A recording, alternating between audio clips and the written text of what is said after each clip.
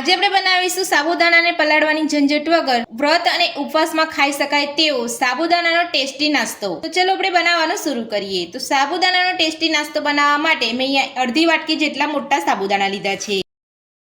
તો હવે નાસ્તો બનાવવા માટે એક પેનની અંદર 3 મોટી ચમચી જેટલા સિંગદાણા લઈશું અને સિંગદાણાને આપણે થોડા શેકી લઈશું। તો 1 થી 2 મિનિટ જેટલા આપણે સિંગદાણાને ગેસની મીડિયમ ફ્લેમ પર શેકી લઈશું।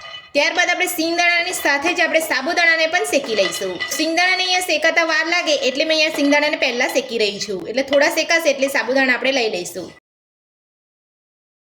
તો સિંગદાણા આપણે અહીંયા થોડા શેકાઈ ગયા છે, તો હવે આપણે તેની અંદર સાબુદાણા લઈ લઈશું અને સાબુદાણાને પણ આપણે સિંગદાણા સાથે મિક્સ કરતા જઈએ અને 2 મિનિટ માટે આપણે શેકી લઈશું।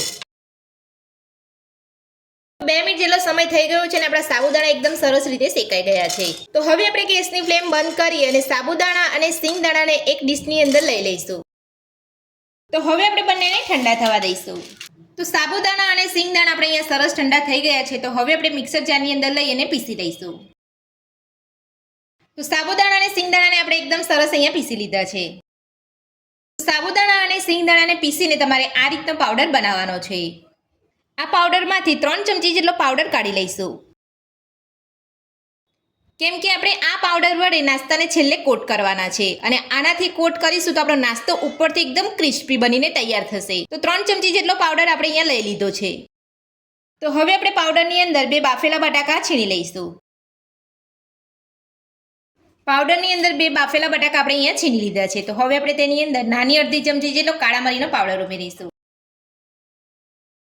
સાથે જ 1 ચમચી આદુની પેસ્ટ ઉમેરીશું। તીખાસ માટે ઝીણા સમારેલા લીલા મરચાં ઉમેરીશું। તો મરચાંનું પ્રમાણ તમે તમારા ટેસ્ટ પ્રમાણે વધુ ઓછું કરી શકો છો। સાથે જ ઝીણા સમારેલા લીલા ધાણા ઉમેરીશું। નાની અડધી ચમચી જેટલું આપણે જીરું ઉમેરીશું। સ્વાદ પ્રમાણે સિંધો મીઠું ઉમેરીશું। બધું સરસ મિક્સ કરી લઈશું। તો બધું જ આપણે સરસ મિક્સ કરી લીધું છે અને આપણે ફરાળી નાસ્તાનું મિશ્રણ બનીને તૈયાર છે। તો હવે આપણે તેને ઢાંકીને 10 મિનિટ માટે રહેવા દઈશું।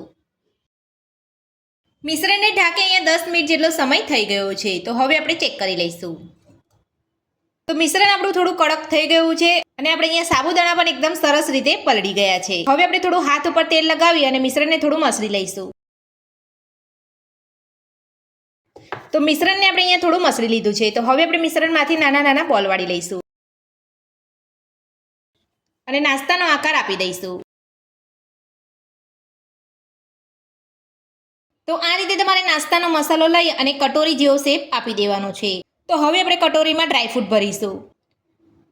તો ડ્રાયફ્રૂટ તમે અહીંયા સ્કીપ કરવા માંગતા હોય તો સ્કીપ પણ કરી શકો છો। તો આ રીતે તમારે ડ્રાયફ્રૂટને મસાલાથી કવર કરી લેવાનો છે। હવે આપણે નાસ્તાનો ટિક્કી જેવો આકાર આપી દઈશું અને કિનારીને આ રીતે કવર કરી લઈશું। તો તમે જોઈ શકો છો આપણો નાસ્તો એકદમ સરસ બન્યો છે। તો બધા મસાલામાંથી આપણે આ રીતનો નાસ્તો બનાવી લઈશું। તો ડ્રાયફ્રૂટની અંદર મેં અહીંયા કાજુ બદામ અને અંજીર લીધા છે। જો તમે અહીંયા કાજુ બદામને દ્રાક્ષ લેવા માંગતા હોય તો તમે એ પણ લઈ શકો છો અને તમે અહીંયા ડ્રાયફ્રૂટને સ્કીપ કરવા માંગતા હોય તો તમે સ્કીપ પણ કરી શકો છો।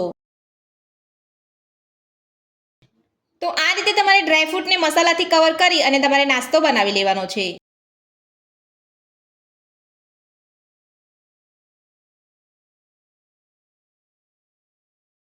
તો મસાલામાંથી આપણે બધો જ નાસ્તો બનાવી લીધો છે। તો હવે આપણે નાસ્તાને સેલો ફ્રાય કરીશું। નાસ્તાને સેલો ફ્રાય કરવા માટે તમે જોઈ શકો છો મેં અહીંયા ગેસ ઉપર એક પેન રાખ્યું છે। તો પેનની અંદર આપણે 2 મોટી ચમચી જેટલું તેલ ઉમેરીશું અને તેલને ગરમ થવા દઈશું। તો તેલ આપણું અહીંયા ગરમ થઈ ગયું છે। તો હવે આપણે નાસ્તાને સેલો ફ્રાય કરી લઈશું। તો નાસ્તાને સેલો ફ્રાય કરતા પહેલા આપણે સાબુદાણા અને સિંગદાણાનો પાવડર રાખ્યો હતો તેની અંદર નાસ્તાને લઈ અને કોટ કરી લઈશું। આ રીતે નાસ્તાને કોટ કર્યા પછી આપણે નાસ્તાને સેલો ફ્રાય કરવાનો છે। તો હવે આપણે નાસ્તાને તેલમાં લઈ લઈશું અને ગેસની મીડિયમ ફ્લેમ પર આપણે નાસ્તાને એક બાજુ સેલો ફ્રાય થવા દઈશું।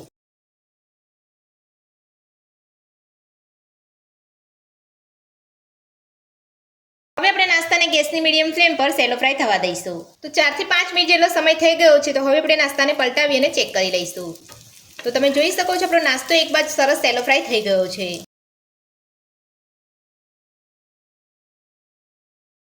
તો બીજી બાજુ પણ આપણે ગેસની મીડિયમ ફ્લેમ પર નાસ્તાને સેલો ફ્રાય થવા દઈશું।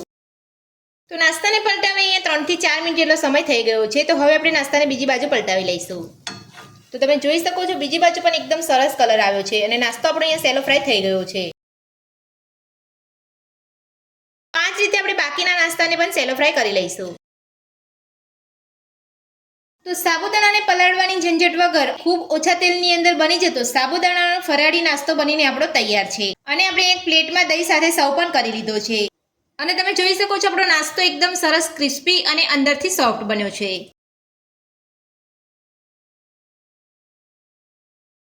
તો ફરાળી નાસ્તો બનાવવાની રીત તમને મારી કેવી લાગી મને કોમેન્ટ બોક્સમાં કોમેન્ટ કરીને જરૂરથી જણાવજો. અને મારી આ રીતે આ નાસ્તો બનાવવાનું ઘરે એકવાર જરૂરથી ટ્રાય કરજો. આજની રેસીપી પસંદ આવી હોય તો વિડીયોને લાઇક કરજો, ચેનલને સબસ્ક્રાઇબ કરજો, તમારા મિત્રોને જરૂરથી શેર કરજો. Thank you.